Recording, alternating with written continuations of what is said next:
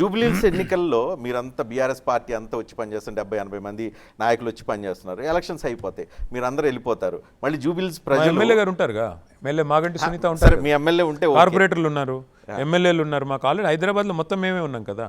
కొత్తగా ఏముంది ఇప్పుడు? రేవంత్ రెడ్డి గారు ఆయన ఇంకొక ఎమ్మెల్యే గెలిచినా వాళ్ళకి ఏమి చేయరు, ఎందుకంటే ఉన్న ఎమ్మెల్యేలకి ఏం చేయనోడు. అమ్మకన్నం పెట్టినోడు చిన్నమ్మకి బంగారు గాజులు చేస్తాడు, చేయించాడుగా. అందుకే మా ఎమ్మెల్యే గారు గెలిస్తే ఏం జరుగుతుందంటే రెండు జరుగుతుంది. ఒక జూబ్లీహిల్స్కి ఏం జరుగుతుంది అన్నది పక్కన పెడితే, తెలంగాణలో ఓటమి భయంతో కాంగ్రెస్ పార్టీ వెంటనే మహిళలకు 2,500 ఇచ్చే పరిస్థితి వస్తుంది. ఆ ఒత్తిడిలోకి లోను ఇది ఎన్నికల కోసం చెబుతున్నారు, నిజంగా జరిగిద్దని చెప్తున్నారు. 100% నాకైతే విశ్వాసం ఏముంది అంటే, కాంగ్రెస్ ఎందుకంటే ఏదైనా సరే ఒత్తిడిలో తప్ప మామూలుగా చేయదు. తెలంగాణ ఎప్పుడు ఇచ్చిందండి?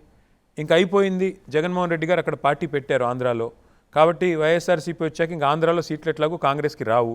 Contest will be between TDP and YSR. మనం ఎక్కడా లేము. తెలంగాణలోనన్నా తెలంగాణ రాష్ట్రం ఇస్తే మరి ఏమన్నా సీట్లు వస్తాయేమో. అందుకే కదా తెలంగాణ ఇచ్చింది. అల్టిమేట్గా అయితే ఆ ఆశతోనే కదా ఇచ్చింది.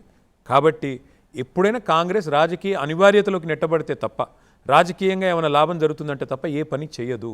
వాళ్ళ స్వలాభం కోసమే కాంగ్రెస్ పనిచేస్తుంది. కాబట్టి నేననేది ఏమంటే, ప్రజలు కూడా ఇప్పుడు నిర్ణయించుకోవాల్సింది జూబ్లీహిల్స్లో, ఈ 4 లక్షల ఓట్లతో కాంగ్రెస్ డిపాజిట్ గల్లంత అవుతే డెఫినెట్గా కాంగ్రెస్ భయంలో పడుతుంది. ఓహో, ప్రజలు చాలా కోపంగా ఉన్నారు, చాలా నిరాశలో ఉన్నారు, మా పరిపాలన బాగాలేదు అని చెప్పి రాహుల్ గాంధీకి, ఖార్గే గారికి, సోనియా గాంధీ గారికి కూడా తెలిస్తే ఈయనను పిలిచి మందలించి, అయ్యా నీ అవినీతి ఆపు, నువ్వు ఇవి స్టార్ట్ చేయి, ఈ పనులు స్టార్ట్ చేయి అని చెప్పి కనీసం మందలించి 6 గ్యారంటీలు. నేను అడుగుతాను,